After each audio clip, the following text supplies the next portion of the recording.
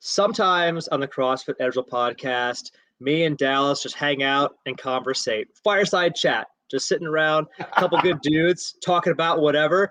This is that episode today. No agenda, no conversation script, just us hanging out and talking about whatever. So join us for a fireside chat. It's going to be fun, or it could be complete chaos. We'll find out in a minute. Welcome to the CrossFit Edwardsville Community Podcast, where we hear and learn from our coaches, CrossFitters, and Glen Ed community leaders. Now, here are your hosts, Dallas and Greg. What is up, everybody? Welcome to the CrossFit Edwardsville Community Podcast. I am your co-host, Dallas Amsden, with Communicate to Succeed. I help business professionals and business owners, especially introverted entrepreneurs, craft their message, get it out to the world so that they can convey their passion and convert more clients. And with me, as always, is the co-host, the man himself, G-Scale. What's up, brother? Hey, man. I'm Coach G, one of the coaching team at CFE, the GM at CFE. And on this podcast, we talk to our CrossFit Edwardsville coaches and learn from them. We meet and learn about our CrossFit Edwardsville CrossFitters and hang out with local Glen Ed business and other industry leaders and learn more about them. And sometimes we just hang out and talk like today. Which I think is what we're going to do today, right? You're so yin and yang with me on the energy right there. I was like, hey, everybody, it's Dallas. And then you're like, what's up, everybody? Well, that's what's great. Like, I feel like the dichotomy here works out really well. So like to those of us who may not know, Dallas and I are not just co-hosts to this podcast, we're actually friends. And we went out and we got lunch this past weekend and we literally just talked about whatever. But I will say that I found myself wishing at multiple points that we had a recorder going, capturing the conversation, because y'all don't even know how good Dallas is at presentation. You don't know how good Dallas is at teaching communication, teaching brand messaging and delivery. And I swear to God, there was an hour of that conversation where if we had that recorded and you're any kind of person that wants to get better at broadcasting a message to an audience, like that would have been gold. Yeah. So sometimes, maybe we just need to have the recorder going when we're talking about whatever. It would be an intriguing thing too, to open it up to our CFE community to just say, what do you want us to gab about? Like, what would you like? What topics would you like to hear? But yeah, this weekend specifically, when we sat and had lunch, I had just come off of, so for everybody, as G said, the joke with my wife is I've never met a microphone I didn't love. And I've got nearly 30 years. I just looked back recently and I was like, holy cow, I've got nearly 30 years that I've been on a microphone or on a stage or in front of cameras. My parents were pastors, so I just grew up in a church. Was on the worship team for a number of years, but got into theater, performed in that, got my degree in theater, went out to Los Angeles, did some work as an actor, mostly commercial work. So if you look me up on IMDb, I think I've got a couple like script consultant credits because I didn't do feature stuff. Did some commercial work, did some TV spots on like soaps. But what I realized during that process, and I was writing scripts at that time as well, and shopping those around, what I realized during that process was I actually didn't like the scripted actor thing because I was saying someone else's line. I was, this coffee mug was the star of the commercial and I was having to feature it and they would tell me where to turn it and this and that. And I would be, just basically the voice. I was the talking prop. So I started doing stand-up comedy as well and added that to my tool belt of communication things. And so this weekend when we were having lunch, I had just come off of doing a 30-minute set of stand-up comedy set. Stand-up comedy. Yeah, I did 30 minutes of stand-up comedy. And for those of you who watch stand-up comedy on Netflix and you see these people crush 50-minute specials and hour-long specials, and it's not an easy process. The presentation process and the grind of getting into clubs and working 5 minutes, rewriting jokes for 2 months and this and that. So 30 minutes is no small deal, but I was just coming off of that. And I think I just started talking about the process of comedy, the process of joke writing, the process of presentation, and it was a heck of a lot of fun. I I listen to a handful of podcasts, and one of the podcasts I like to listen to, there was a guy in the podcast who lost a bet, and as a result of losing the bet, his penalty, his consequence was he had to go and do a 5-minute stand-up comedy set. Because it's one of the apparently for a lot of people it's one of the most spectacularly difficult things to do, to put together a Yeah, solid 5-minute set that lands well. And so many people are so terrified of public speaking, and the prospect of yeah, having to go in front of people and entertain and be funny. I imagine that's really terrifying for a lot of people. And it got me thinking, maybe one day, just to push myself as a communicator, maybe I should try a 5-minute, you know, it's open mic night, have absolutely worthwhile. a tight 5-minute set. I feel like that's the sort of thing that would just really force a lot of growth in terms of communication, Yeah, in terms of understanding audience psychology, and really for me to be funnier. Because yeah. I can be funny, but I'm not Dallas Amsden funny. Oh, well, thanks. I remember, so what got me interested in it, well, I've been a fan of stand-up comedy forever. I grew up watching Seinfeld, the sitcom, and Mhm. his openings of the show and the closings were stand-up sets. But I had old albums. I mean, I had old albums of people who have now since been disgraced for their behaviors. Bill Sure. Cosby. Louis C.K. probably. I didn't have any Louis C.K. stuff. I had a bunch of Cosby records. I had some old Richard Pryor stuff. Um, Sure. and then I had early like Dane Cook when he was very popular in the 90s. And I would just listen to these again and again uh, and listen to how they crafted their jokes. So I was always impressed with. And let me pause really quickly, everybody. If you're listening to this and you're like, I have no desire to do stand up comedy, if you hear a good sermon at a church, or you hear a good podcast, or you see a keynote speaker, a Tony Robbins type, or a Grant Cardone, or something like that, or someone comes into your business and delivers a 30-minute, 50-minute keynote talk, and you'll go, man, that person's really good. I think we all think it has to be that, but the truth is, at every level of society, we have to communicate to succeed, right? Yes. My child has to be able to communicate to me with what they need so that they can get the food or the this or the that. In business, sales professionals, if you are a sales professional and let's say you're a real estate agent, or let's go with mortgage, that's an easy one because almost everybody has access to the same mortgage rates. If you don't know your differentiators and you don't know how to present those to your prospects, you just are playing a numbers game at that point.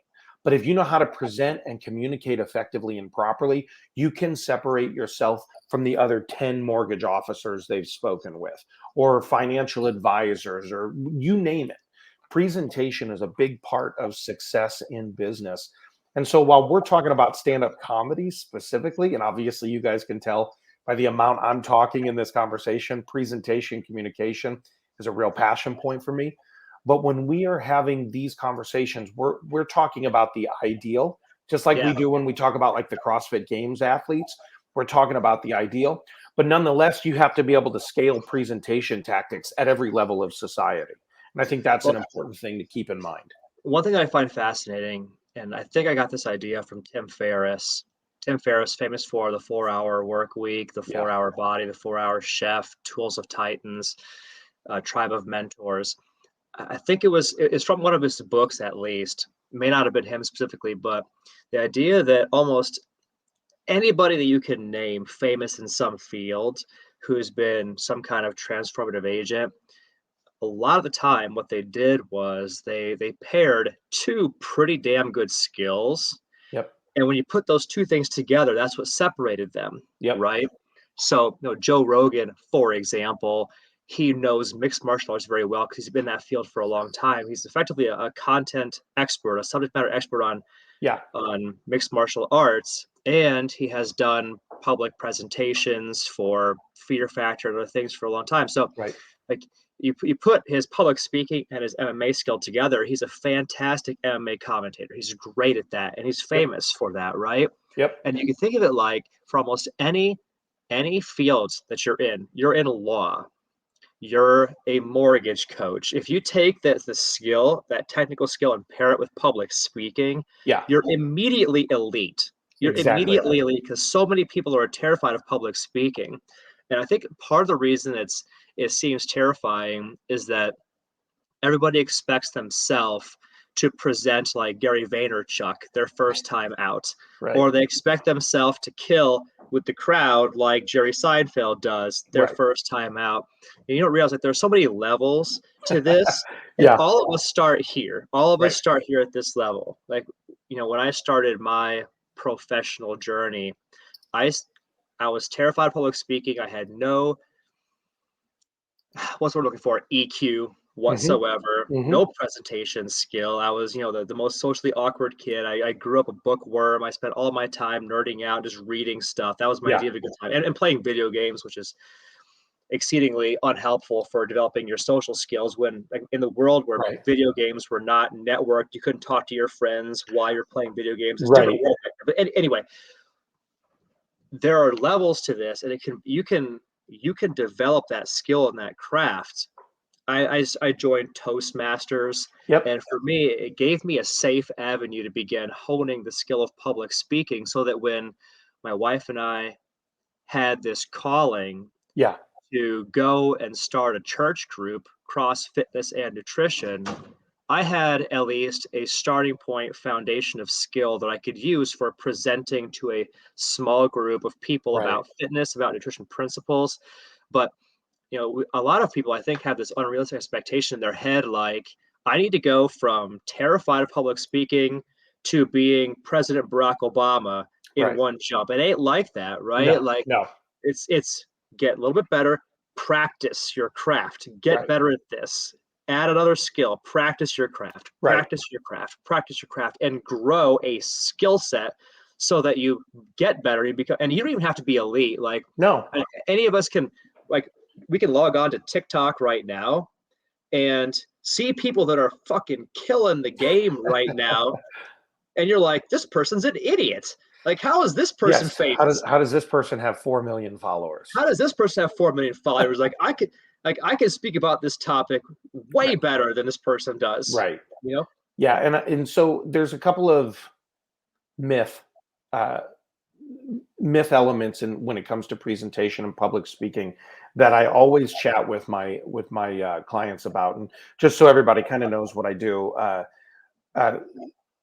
I work with the introverted entrepreneurs. I work with the introverted people to help them leverage their passion and get it out there in public presentation, because I believe that you do not, and this is one of the biggest myths out there, you do not need to be an extrovert to be the most powerful communicator in any room you enter. And just so you know, they never believe this about me, G, but you know this about me. I'm a total introvert. People think because of my skill set that I'm super extroverted, but I'm actually not. I just know how to leverage what I'm passionate about and what I'm expert in, so that I can appear to be the most powerful person in the room when it comes to communication. Right. So, there are steps to this. There are, yeah. And I'll give you one right now. I'll tell you. Here's one of the secrets. You ready? Yeah, I'm ready. People think I have to be confident to be a public speaker. That is an absolute myth. It's an absolute, heresy. I'm about to speak heresy to you. You do not need to be the extroverted, confident person who's like, hey, everybody, this is what I do. It's not that. Confidence is a math equation. And here it is. You ready? Passion plus expertise. That's it. Let me ask you a question, G. Have you ever been talking to someone who seems like they're really shelled up, and you ask them something that they're passionate about, or that they know that they can do really well? That light bulb goes off in their eyes, right? You see that little fire start, and they get to talking about the thing they love. And even though if you ask them a question they don't know something about, they get really sheepish. The moment you get them talking about the thing that they're either good at or they're passionate about, you see that little fire go off in their eyes, and they start going, oh, and this. Oh, and then this, and I get excited about this and this and this, and all of a sudden you're like, whoa, there's your confidence. Yeah, there's the fire. There's the fire. And All you gotta that's do the is be thing. passionate about it and channel the expertise. That's it. That's it. Passion plus expertise equals confidence. Confidence is not the end. Confidence should never be what you want to achieve. What you want to achieve is conveying your passion and conveying your expertise. And the confidence is just there naturally. And that's Sure. one of the things that if you can teach the most introverted of persons that one trick, how do I leverage my passion in this conversation? How do I leverage my expertise in this conversation? They all of a sudden, everybody will be like, man, you are so confident at this. And little introverted Dallas, little introverted G, little introverted Susie, little introverted Chris, whoever it is, Little all of introverted a sudden, TD Jakes. TD TD Jakes is Jakes, he's a famous introvert. Like when you put him on a stage, famous, that dude is fire. But fire. the minute he's off stage, he likes to sit and listen. You know Yep. what I mean? Yep. This could be our introvert skill because, like, for us as introverts, many of us, I don't want to speak for everybody. I know for me, what I have done is I have studied social dynamics. Like, Mhm. what are the behaviors, the actions, the steps that help people to connect with my message Yeah. or to resonate with what I'm saying. I have to, like, intentionally study, adopt, practice, hone, and then project those behaviors, right? Yep. Yep. But the introvert skill, a lot of us, we're very introspective, we're thoughtful. We will study and analyze and then take action accordingly. Like, Right. it doesn't have to be an extrovert quality No, no, at it's just, all. and the other thing too, another myth is, well, I have to have an opportunity to speak somewhere so I can practice and this and that. Or I have no success as a public speaker. That's kind of another myth that people deal with. And what I believe about public speaking is that it is you actually borrow success from another area of your life in order to get What do you success mean? on the, so if someone is really good at, say, um it's an easily transferable emotion skill set. Okay, so if I'm successful over here, let's say in one-to-one sales conversations, I can actually say, well, I've never had success on a stage in front of 15, 20, 50 people. And so you get all nervous and you do that, but no, but you've had those moments where you have those trophies, or what, like David Goggins would call his cookie jar metaphor. We have a success in another field over here. Oh, I did that race, and I completed that big Spartan race I had planned to do. That's a success that you can go, well, I don't have any success over here in speaking. No, but I know what it feels like to win at this. Yeah. I know what it feels like to accomplish this big target, this big goal. I wonder what would happen if I took this success over here in this race or in this field or in this one-to-one sales conversation and said, how can I recreate that feeling? Brendan Burchard, High Performance Academy, for those of you who don't know who Right. he is, he's basically like Oprah's coach, or was Oprah's coach at one point. So he must be pretty solid if you're Oprah's mindset coach. But one Sure. of the things he did when talking with elite athletes is he would say, how do you prepare for this race, like an Olympic runner? How do you prepare for this race? And the person said, I would actually think on and meditate on how I felt in the locker room getting ready, how I felt when I first entered the stadium, and how it felt when I ran through the tape at the end. And I would actually replicate those emotions in this other circumstance or this other situation. So if you borrow from the emotional memory of success over in, I had this one-to-one conversation and I overcame this problem for them and it felt so good. And I felt confident when I talked about this thing that I could solve for them. And now I go over here to the stage that I'm on and I project forward. Here's what it's going to feel like when I connect with an individual in that room and I help them solve a problem and I see the light bulb go off for them and I can replicate that success. Your nervousness goes down in that. So you Sure. can actually transfer the emotions of success to a stage. Again, whether you're an introvert or not, you can transfer that emotional thing and be like, oh, now that's what that would feel like. And this is not just a skill for public presentation. I feel like it's a No, skill for life. it is. The way that Tony Robbins has described it was that, like, the quality of your life is the quality of your emotions. And Yep. so much of this is learning how to channel more of the emotions that you want to have. Yeah. And productively steer away from the emotions that drag us all down. Yep. Like if you're an entrepreneur, probably like anxiety, worry, doubt, constantly living in the future, that's probably a big part of what compromises your happiness, your day-to-day satisfaction. Yeah. And this has been a topic on our podcast before, but I've become a big believer in intentional training for to be in emotional states that are productive, that are more rewarding, more enjoyable for me. Yeah. And it sounds like this is one application of that same principle you're talking about. Yeah, and the other thing I would add on to that is a lot of people talk about getting nervous, and we get nervous before, there are certain workouts that when I see them on the board, I get nervous before them. But that like performance anxiety is something a lot of people say. So when over 70% of people say that they're nervous about speaking in public, okay, I get it. But there's a reframe of the emotional things here. So something that a lot of people don't know is the same emotions we feel of nervous is actually our limbic system is responding as excited. Yeah. So our body doesn't know chemically, actually doesn't know, am I nervous or am I excited? They replicate the exact same chemical release in our bodies. So if you're feeling the nervousness of presentation or any type of interaction or before a workout or this or that, if you can reframe in your brain the target that says not nervous but excited to do this, you actually put a positive spin on what sometimes has a negativity bias. So you'll be like, oh, I'm so nervous to talk in front of this group. No, actually your body is releasing the chemicals that if you were to frame the target to go, I'm so excited to talk to this group, then rather than being afraid to take that mic, you rage to take the stage, as I sometimes say to my clients. It's all in how you interpret the sensations you're experiencing. Right. I literally had this same conversation with a new girl came into our gym yesterday, and she told me right off the bat that she was nervous. Yeah. And I shared a true story from yesterday's workout. Like anytime we repeat a workout, we repeated a CrossFit Open workout yesterday. Yeah. I always get nervous going into the workouts. That's the first thing. My default setting is to be nervous, the workout performance anxiety. Yeah. But I made a very intentional thought. It was very intentional in my mind.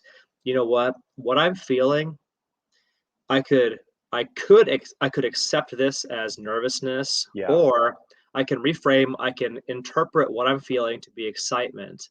I choose for this to be excitement. Right. And the entire experience going forward after that was different. Yeah. Yeah. Yeah. I mean, I remember first time I got a 30-inch box jump, I was super afraid when I was getting ready to try it. And then I remember just switching in my own head. No, I'm a child who gets a chance to play right now. My kid, my 4-year-old would think nothing of trying to jump as high as he could. And if he got hurt, he'd be like, he'd cry and he'd be fine. But when I flipped that switch to say, no, I get to play right now. And that's what I think, honestly, that's what I think whenever I get to do a presentation. First time I went up on stand-up, I actually, I thought I was good enough in theory that I entered a competition on my first stand-up set. So I went up there, and there was a pretty well-known comedian. Some of you might remember him. He was a bigger dude, but he was the host of the competition, and he introduces everybody, and we all got 5 minutes. And I got one laugh in 5 minutes. I wrote a whole 5-minute story, and I thought I laced it with all these jokes, and I got one laugh. And at the end of it, it was brutal, but I was like, I get a chance to play. And at the end of it, he goes, man, you're confident on a mic. The moment you learn how to tell a joke, you're going to be unstoppable. It's what he said to me afterwards. The most backhanded compliment ever. It was great. It was Lavelle Crawford, and he wouldn't remember that. But so then I went and I took a class on how to actually craft jokes.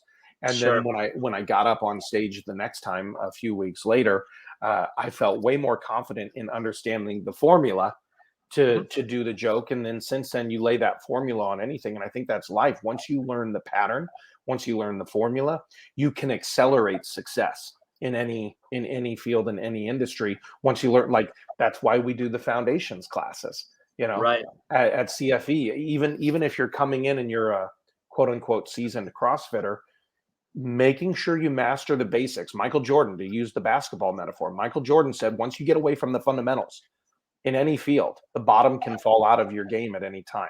And whether that's sports or, whether it's athletics or education, school, job, work, anything, we want to master the basics. And that's all I teach people to do with presentation is leverage your passion, master the formula, and whether it's a 5-minute, 15-minute, or 15-minute keynote, you can crush it. Well, something you said made me think of another mental reframe that I use often, in that if you can reframe the outcome of a workout, a presentation, an event as, no matter what happens, you win, immediately your anxiety should go down. For example, with yesterday's workout, it was a repeat of a CrossFit Open workout. The part that made me nervous was the expectation that I should be able to beat what I did 5 years ago when I was 5 years younger, right? Yeah. So I had this outcome in my head that if I don't beat my score from then, that's a bad thing. Right. And that would be a negative outcome, and I would walk away from that feeling badly, right? Yep. What I did was I reframed it in my head that if I beat my time from 5 years ago on this workout, that's spectacular. That's a fantastic, proof of the advancement of my fitness. Yep. If I don't beat my time, the reframe was, you know what, I win because I have never done this workout at the age that I am right now. Sure. I've never done this workout at age 38, 39 before. Right. And I know this is an absolute certainty. When that workout is done, I'm going to have that endorphin rush, that exercise high for the rest of the day. Yep. So literally, no matter what happens with this workout, I win. Yep. I do this with my work often too. Sometimes I'll have a phone call conversation set up with somebody, and in my head, like, I really want to have this outcome of this conversation. And what I've begun doing is I'll reframe it in my head. If, let's say, I call this person, they answer, and it goes really well. We talk for an hour. I get the outcome that I want. I win. Yep. If I try and call this person and they completely blow off my phone call entirely, they don't answer the phone call, I have an entire hour of time that was just gifted to me by the gods. Sure. I can spend on anything that I want. I win either way. Yep. And I find that the win-win outcome mentality that could be a game changer. Even when you quote unquote lose, it's not losing, it's learning, right? So if you botch that call, if you botch that presentation, you go, I could have done, like, after I did the stand-up set on Friday night, I laid awake from like 3 to about 4:15, and my wife the next day, she said, you were awake quite a bit in the night. And I was like, oh, well, I think I could fix this joke here, and I could do this, and I could do this. So I was like playing it back in my mind of what I could tweak and what I could fix for the next time. Because not every joke was a home run. Some of them I fouled out. And one I said, okay, so that isn't the joke for this particular crowd. Like, I literally just said it, and it got everybody back. But same for you. You're having a sales conversation. You're having one of those no sweat calls where you're like, hey, let's find out what your fitness goals, this, that, and the other are. Even if you botch elements of the conversation, it's an opportunity for you to go back later and go, what could I have done better there? How could I have met their need more? Or if I, botch some element of the conversation and it all works out okay in the end anyway, I just learned I can have imperfect execution and things still work out in my favor. Yeah. Yeah. You talked about how the wheels will be spinning late at night about that joke that you told that you want to tell better. I find myself, like, throughout the day, my wheels will be spinning on a role that I had at jiu-jitsu. I was sparring with somebody, and they beat me. And all of a sudden, like, as I'm replaying the events of what happened in my head, I'll be like, damn it, I now know where I made a mistake. and I get like this sense of like fired up inside of me, like Yeah. I want to go roll. I want to go jujitsu right now because now I've had the breakthrough. I know what I should do differently next time. Yep. You know, so even though I lost that exchange, it led to a breakthrough that was valuable later on. I win either way. You know, just yesterday I was doing some shoulder to overhead work, and I was leaving afterwards because I was like, I didn't quite lift as much as I was hoping. And as I was leaving, I was like, I'm driving, and I was like, oh, because I was going back too far in my upper body, and like not just getting my head out of the way, but actually swaying back to like get the bar out. And so I'm literally in the car going, oh, if I would just have done this, I'm like driving going, if I had just have done this, instead I wouldn't have been swaying my upper back as much. And so I wanted to drive back and fix it and go and redo it. And I was like, no, workout's over. Keep moving. But that was just yesterday I did that actually. So I think we all do that in our own way. But it's the idea you either win or you learn. You don't lose. Right. You know, and that works across the board again, in no matter the industry, the lawyers, the doctors, you know, I know sometimes it's a little more life and death, you need to win, but even that though, you can say, what could I do better?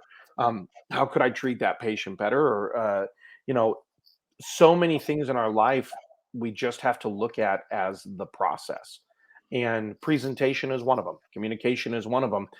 And going back to the point you said earlier, G, if we can marry two skill sets, we all of a sudden become elite.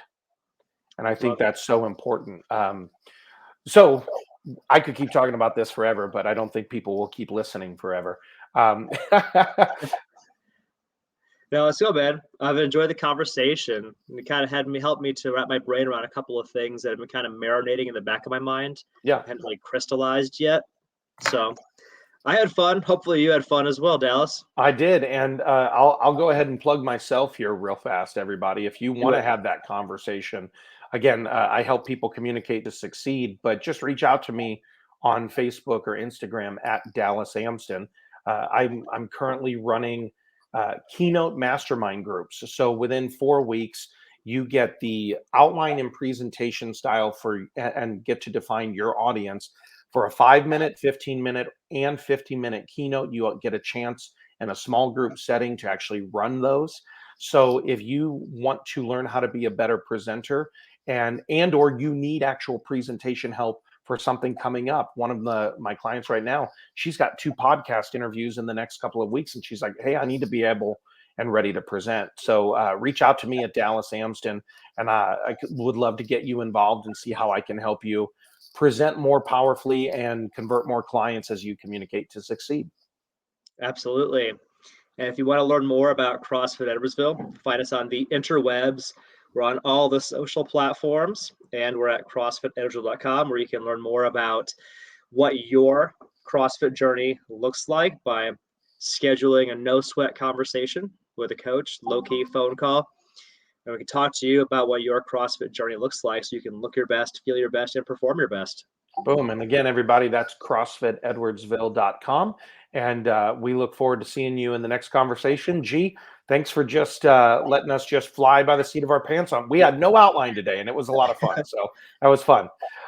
Everybody, as we always like to say, as you go into your day, not just a great day, we hope that you have a championship day.